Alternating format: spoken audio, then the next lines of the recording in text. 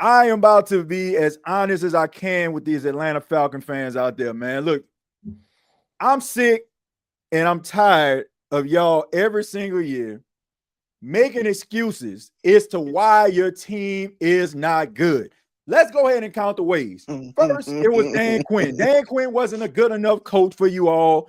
So you end up firing him, right? All right. You end up getting another coach, right? Oh, man, we great. We going to be good.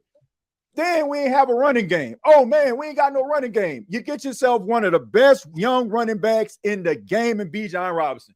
Oh, we ain't got nobody to throw the ball to him. Drake London, one of the best young wide receivers in the game right now, having a career year. Oh, we don't have a defense, man. Jimmy Lake, it's his fault. It's his fault. Fire Jimmy Lake. Come in, get Jeff Albrecht. You get two young studs in Jalen Walker and James Pierce Jr. Defense looks good. Get yourself straight. Still can't win. Then all of a sudden, we need a quarterback. Desmond Ridder not the answer. You pay Kirk Cousins $180 million, $100 million guaranteed. Then as an insurance policy, you get one of the best young quarterbacks in Michael Penix Jr. coming out of the University of Washington after having a monster game against the University of Texas. Everybody's excited about it. Kirk Cousins goes out there, has Mercedes-Benz Stadium rocking, has everybody losing their freaking mind. Man, we about to win. We about to go to playoffs after that overtime game versus the Tampa Bay Buccaneers. Then they proceeded to go on a losing streak. Then they bring in Michael Penix because everybody finds out Kirk Cousins is, I guess, washed a little bit. Then Michael Penix comes in. Oh, man, this is the answer. Nah, man, what y'all going to do? What y'all going to do? 2025 comes along. Michael Penix is your starting quarterback, and yet now we're blaming Zack Robinson. Look, everybody wants a perfect situation. Everybody wants the right coordinator offensively and defensively, the right quarterback, the right defense, the right special teams. It just does not happen that way. I am not about to let the Atlanta Falcon fans off the hook. Your team is too damn good to be 3-7. Did you hear me? You're too damn good. You got too many talented players on your football team to only have 3 wins. You can blame whoever you want to. You can say Raheem Morris. You can say Zack Robinson. You can say Arthur Blank. You can say the guy that's sitting in row 500. The fact of the matter is you have got to get it done. The fact is you all should be leading this division right now. Looking at Tampa, decimated with injuries. Looking at Carolina, inconsistent. Looking at the Saints, going through a rebuild.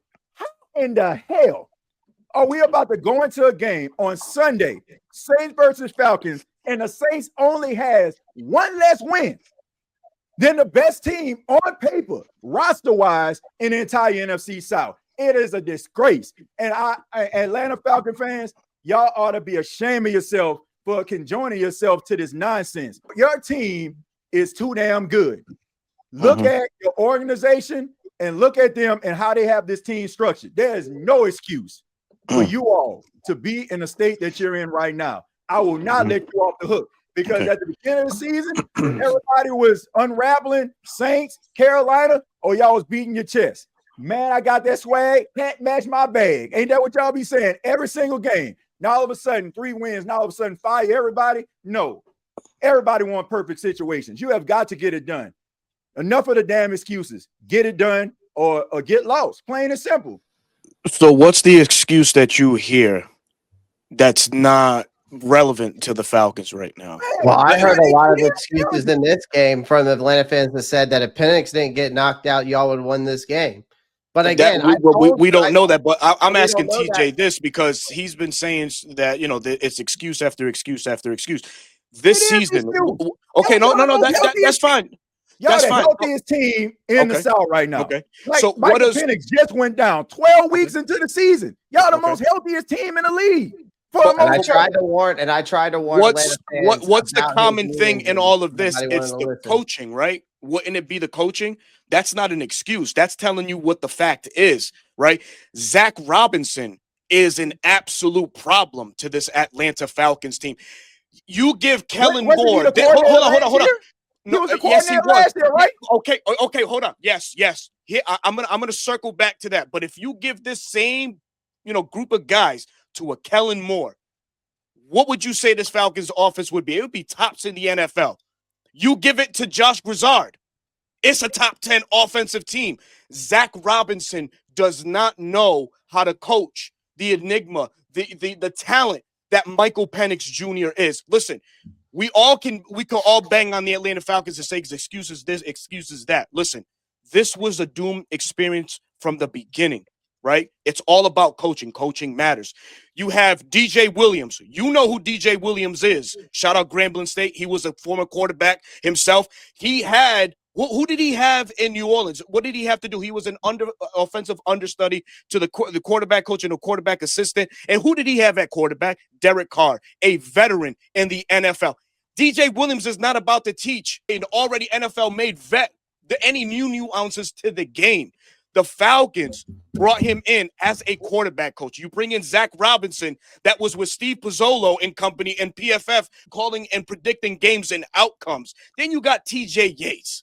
The three things these coaches have in common is that none of them are good at development. That's the issue with Atlanta. It's a developmental problem. These guys, sure, might have been the right coaches for Kirk Cousins. That's the reason why we brought him in, but it's a failed experience with Michael Penix because Michael Penix is a different style quarterback than Kirk Cousins. Look, when Kirk Cousins came into the game on Sunday in the fourth quarter, brothers, what happened? He went fucking immediately under center. Why can't we do that with Michael Penix? Why doesn't under the center even exist in Atlanta with Michael Penix? Because Zack Robinson does not know how to properly utilize the skill set and talent that is a Michael Penix. Okay, that's what it is. It's not an excuse. It's not an excuse. Let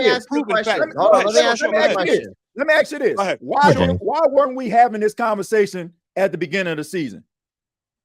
Why weren't we having this conversation? Yeah, why we were having this conversation at the beginning of the season? It was always a relevant conversation to be had. Yeah, why we didn't have it, Berto? Because there was nothing. There was still meat left on the bone, and we still had things that were left to be desired. We got 3 starts out of Michael Penix last year that showed promise. That's all. We got to hang our hat on that and say, okay, he has 9 touchdowns, 3 interceptions, 60% completion percentage. That's absolutely almost 2,000. He got good stuff. I'm not giving up on him. Folks in Atlanta might be giving up on him. I'm not going to give up on him because we don't know if the knee injuries is serious enough, and B, there's still hope for this young man. We just got to bring the correct coaching staff to elevate this young man to the next level. Right now in Atlanta, it does not exist as long as Zack Robinson. And you can't tell me though, Berto, that knee injury does not worry you after how many knee injuries he's already had. Of course, it's worrisome. Of course, no, that's fact. That's fact. I'll give you that, King. That's fact. But I'm not going to worry about it right now because we don't know the real report about this injury. I'm not going to go and go by hearsay until I get the official. What if it's another ACL? Then you know what, brother? We got it. Godspeed. Hope you get better. Get ready to rock out next season. That's all we got to do, man. I'm not even going to put that out in the atmosphere. I pray that this brother going to be okay. But the reality is, me too. I didn't see this energy. I ain't see this energy at the beginning of the season. I ain't hear about no Robinson. I heard the man was up for a head coaching job. Like, hey, by who? Not by me. Shit, not by me. That man was cheap. That man got Drake London career year. Kyle Pitts looking like something career year. I mean, coming up like he up for a contract, but still, like there's a lot of positive things that are happening, despite the fact that you're talking about the playbook. You still got Bijan Robinson, who has over 150 yards from scrimmage almost every damn game. You got Drake London looking virtually unguardable around his mug. Kyle Pitts looking like a force in the middle of the field. And not to mention, Tyler Algier is a good change of pace back. All he is. Bro, the team is too damn talented. I don't care. It is. I don't care who you got calling these plays, bro. This team is too damn good to be in this position, bro. Regardless, I don't care who your coordinator is. 3 wins. That's what we got. Yeah, it's what it is. Real coverage, real fans.